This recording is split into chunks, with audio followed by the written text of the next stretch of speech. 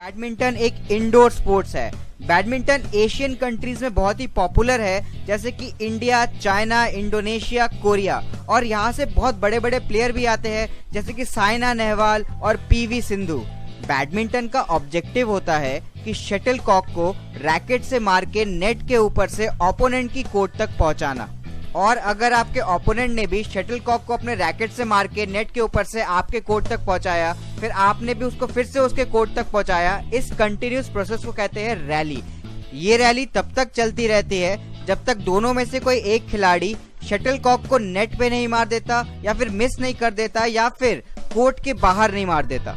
एक खिलाड़ी को एक सेट जीतने के लिए पहले 21 पॉइंट हासिल करने होते हैं। हर एक मैच में 3 सेट होते हैं। 3 सेट में से जो खिलाड़ी 2 सेट जीत जाता है वो मैच जीत जाता है।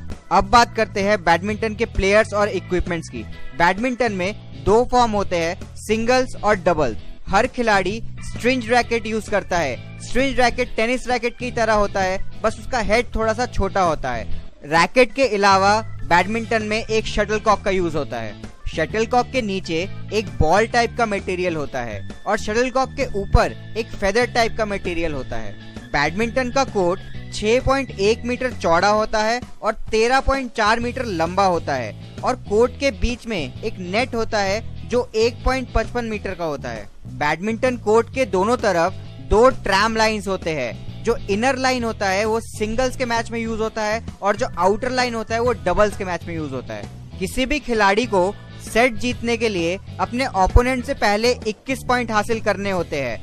अगर दोनों के पॉइंट्स 20-20 होते हैं तो फिर दोनों में खेल चलता रहता है, और जो सबसे पहले 2 पॉइंट का गैप ले लेता है वो सेट जीत जाता है। 20-20 पॉइंट के टाई होने के बाद दोनों प्लेयर अगर 29-29 पॉइंट तक पहुंच जाते हैं और दोनों में से कोई भी 2 पॉइंट का लीड नहीं ले पाता है, तो 29-29 के बाद जो भी 1 पॉइंट का लीड ले लेता है वो सेट जीत जाता है। पूरा मैच जीतने के लिए किसी भी खिलाड़ी को 3 में से 2 सेट जीतने जरूरी है। अब हम आपको बताएंगे बैडमिंटन के कुछ नियम।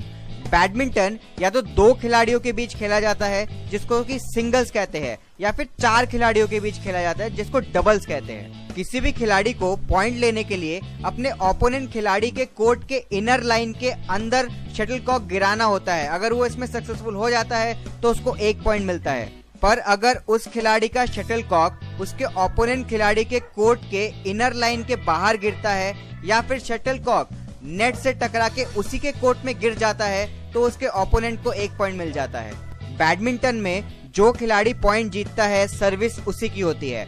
बैडमिंटन में सेकंड सर्व नहीं होता है, इसलिए आप अगर पहले सर्विस में पॉइंट हार जाते हैं तो आपको सर्विस अपने ओपोनेंट को देनी पड़ेगी। सर्विस हमेशा अंडर आर्म होती है, और जो सर्व कर रहा होता है उसको अपने वेस्ट के नीचे से सर्व करना पड़ता है।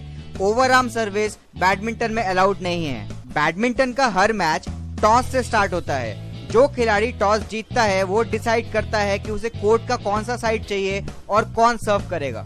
एक बार खेल स्टार्ट हो गया तो खिलाड़ी अपने कोर्ट में घूम के कहीं से भी शटलकॉक को मार सकता है, यहाँ तक कि वो प्लेइंग एरिया से बाहर जाके भी शटलकॉक को मार सकता है।